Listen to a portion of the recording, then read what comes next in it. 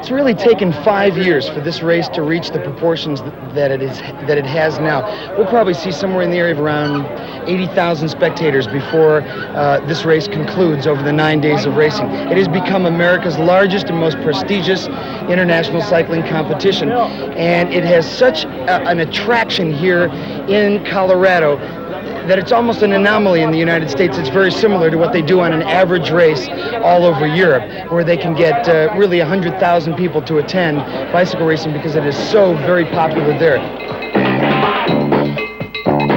6 days of solid action have already passed here at the 1980 Coors International Bicycle Classic in Colorado. Riders from Europe and North and South America have competed in 6 different events, one each day. We'll be watching the final 3 days of competition in the men's events. At the end of the full 9 days, medals will be awarded to the team and to the individual with the lowest accumulated times for all the events. The riders are now getting ready for today's race. The team standings to date, the Italians are in 3rd place. The Colombians 2nd. The Life Force team from America is 1st. Rider Dale Stepner describes today's event. The Mogul Bismarck today is 93 miles in the heat of the afternoon sun. It looks a little cloudy right now, but it's still not very cool out here. And a lot of riders are just going to fry, both literally from the heat and also from doing too much work. The strategy of every rider in this race is to conserve energy at all times when you do not have to use energy. And if you conserve enough energy, then you can use the energy to get ahead when the other riders are tired. Jacques Boyer, an American, has the lowest accumulated time. I'm really watching out for the Colombians, the Life Force team. They want to get back at what's been done to them already. Bob Cook hopes to pass Boyer in the standings. Well, right now I'm about a minute and a half down and on some 2 really good riders, and the most that I can hope to do now is let them fight it out amongst themselves, hoping at some point they're going to crack and I can take advantage of that. My goal here is to win the race. That's the only reason why I came here.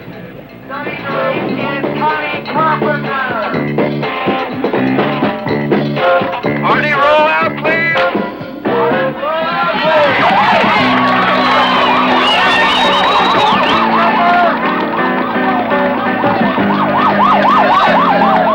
The race begins promptly at 2:30 in the afternoon on the streets in the city of Boulder. The riders pass, not yet traveling at full speed. Waves of excitement sweep through the crowds at curbside. When the riders come at last to the back road south of Boulder, they really open up, pedaling full force. In all, the official roster lists 15 teams with a total of 75 riders. In the individual standings at the start of the race, Boyer was 1st, with the lowest accumulated time. Londoño of the Colombian team was 2nd. Bob Cook was 3rd.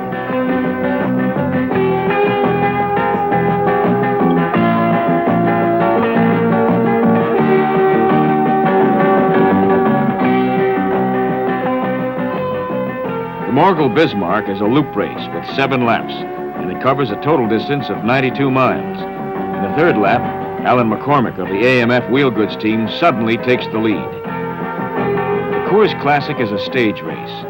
In addition to the medals for the lowest accumulated times at the end of the 9 days, medals are also awarded for each day or stage of the racing.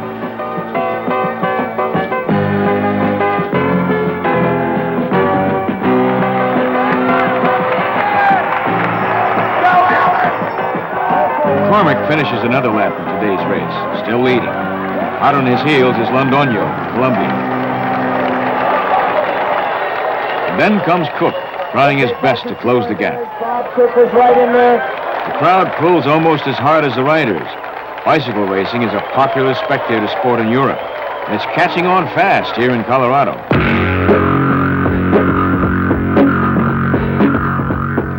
The riders string out on the open road, struggling to keep their positions. And now Boyer has pumped his way into the lead.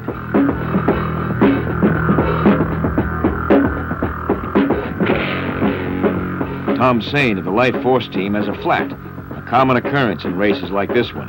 But riders are never delayed very long. New wheels and tires are substituted quickly by the backup crews who travel by motorcycle.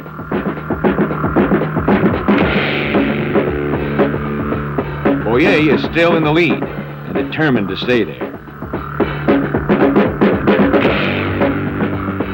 The other riders are close behind, clustered in a wolf pack. Cook continues to eat up the miles, and he's hungry for more.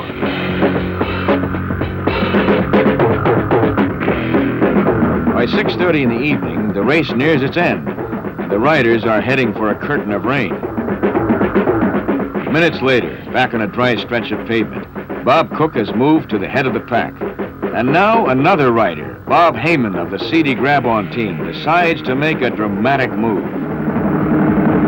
Heyman, with a quick, incredible burst of energy, has seized the lead.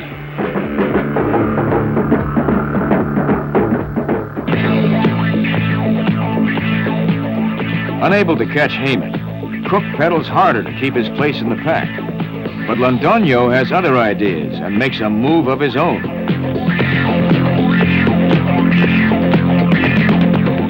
Climbing the excruciating hill on the final lap, Heyman is headed for the finish line, and now no one can pass him. There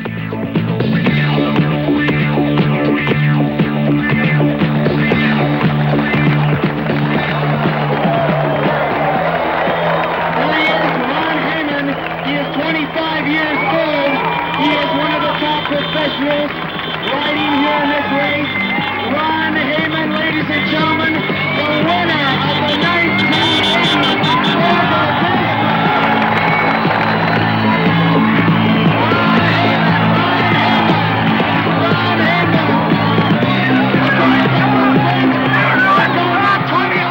Londoño is second, taking the lead in the accumulated standings. Cook is third. His standing also improves. And now, in the aftermath of the race, the riders are exhausted.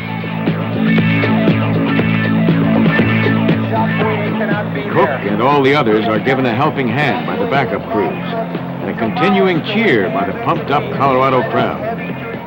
Those who also ran are dazed and disappointed. There's always another day.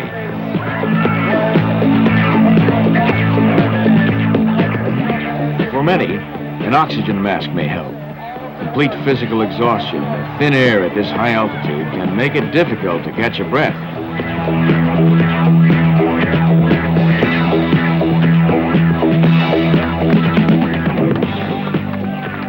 Scraped legs and arms are signs of a spill on the pavement. Boyer has dropped in the standings. Now he must surrender the red shirt that's reserved for the leader.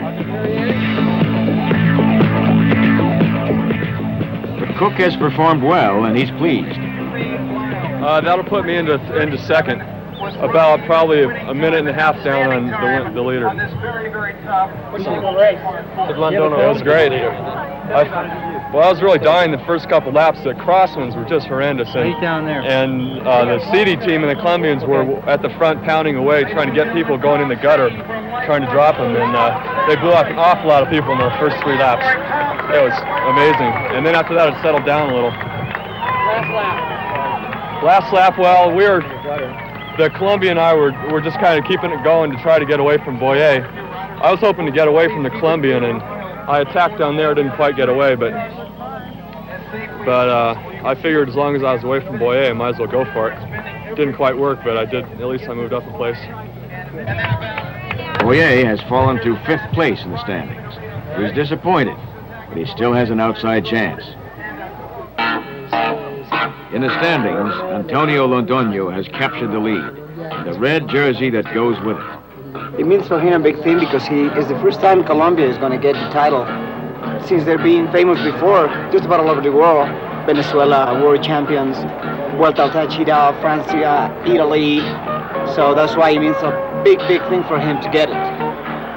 Huge crowds of spectators have gathered on this 8th day of the 1980 Coors International Bicycle Classic to watch as these riders begin an especially rugged race. In the team standings, the Americans on the Life Force team are now in 1st place, and the Colombians in 2nd. 9 a.m., the signal is given, and the action gets underway.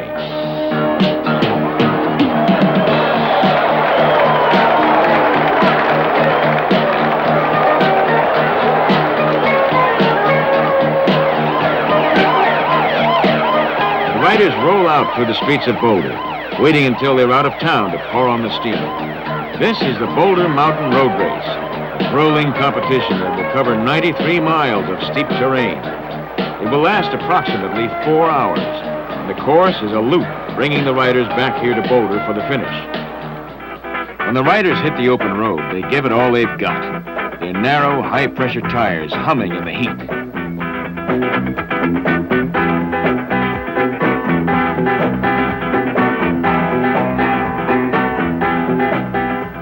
Already they're hitting speeds of 25 miles per hour. And on a bicycle, keeping it up for half a day, that's mighty fast. There are long climbs in this race, with endless switchbacks. There are also long descents, spiraling down and down, where a daring rider can make up lost time, or maybe go head over heels in a dangerous crash. A competitive cyclist must keep himself in fine-tuned condition. He must make tremendous sacrifices of time to stay in shape. His training continues year-round, always in an effort to improve on the previous year's performance.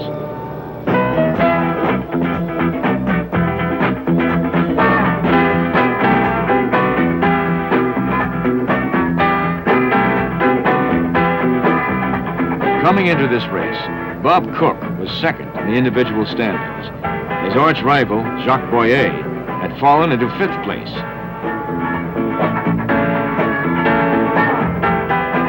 The Colombians now are threatening to take it all.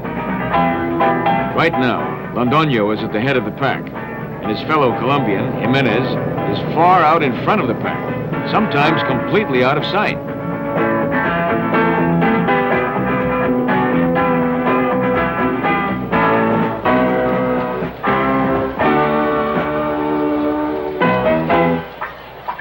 Spectators line the route, urging them on. Then the red flag is waved, warning of a steep downgrade. And warning, perhaps, of trouble for Bob Cook. Well, I was going along and trying to attack up the right side of the road, and I'm not really sure what happened. I think I caught my front wheel in some gravel and I was off balance or something and just went down. What were your feelings, and what was your position, and what are your feelings about what happened? Well, I was riding the lead group, in the lead chase group, and I was doing pretty well. I was in 2nd place starting the day, and first thing I hopped right back up, and Dale Stetton gave me his bike, and I rode on that for a while till I realized that my shoulder was really sore, and it just kept getting worse, so I had to quit. But this man hasn't quit by any means. He's Michael Neal, a teammate of Boyer on the CD Grab-On team.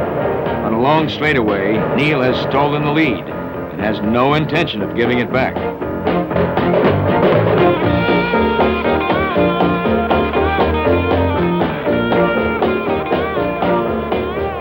Dale Stetton of the Life Force team has now forged ahead of the pack, pulling up into 2nd place.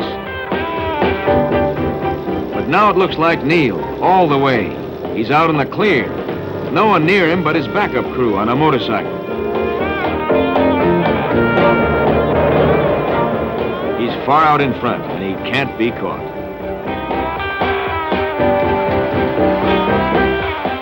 On the street in Boulder, under the banner, the crowd is waiting for Michael Neal. The news has been radioed ahead, and they all know he's leading.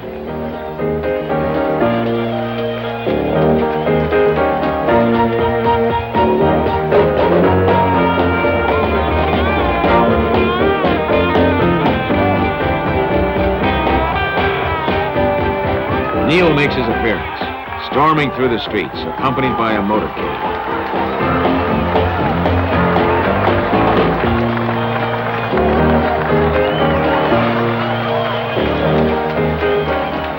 And there's no doubt about it, Neal is the winner on this next to last day. Neal crosses the finish line and rides on to the race headquarters, the Hotel Boulderado. Dale Stepna takes second place. And the winners accept their accolades, bringing the Coors Classic to its final stage.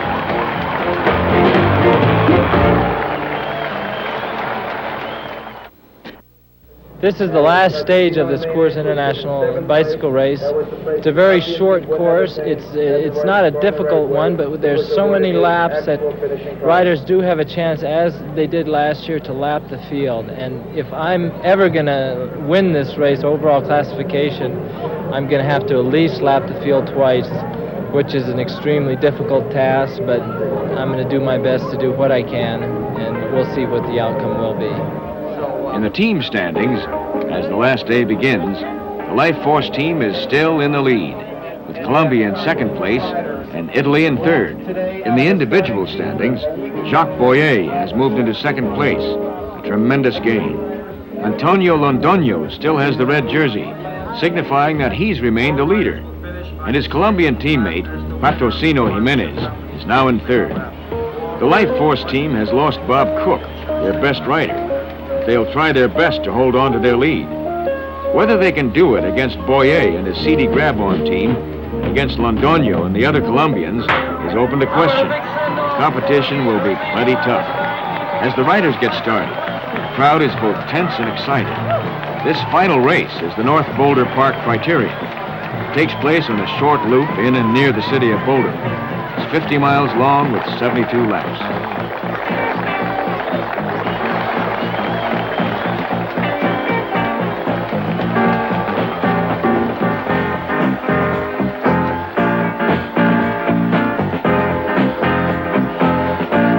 Every corner is lined with spectators.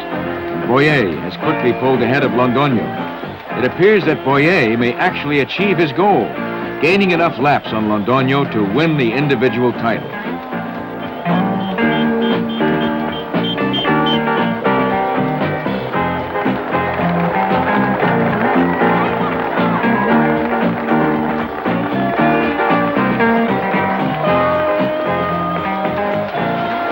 On a course like this, a one-man spill can quickly become a pile-up. 3 riders wipe out on this one, but nobody is seriously hurt.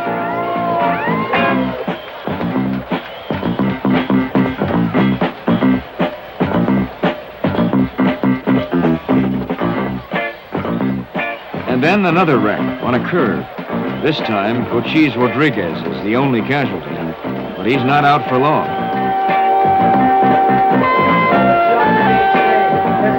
And now, it appears that Boyer has done the impossible. He has gone around this track 3 times more than Antonio Londoño to take the lead of this bicycle race, the Coors International Classic overall. If Boyer can maintain or improve his position in the short time remaining, he should be the individual winner of the entire Coors Classic. But leading Boyer in this race, and likely to win it, are Ron Heyman and Steve Bauer. For the national team this year, and Steve Bauer from Fenwick, Ontario, now is a little bit away from the field. The other riders are on equal laps, and that means that he is the top contender at this moment. At this moment, attention riders, attention riders. An official rings the bell, signaling the last lap for the leader. And now the riders are really burning rubber, smoking the streets. In just a few more moments, it will all be finished for another full year. Ron Heyman is the first to cross the line.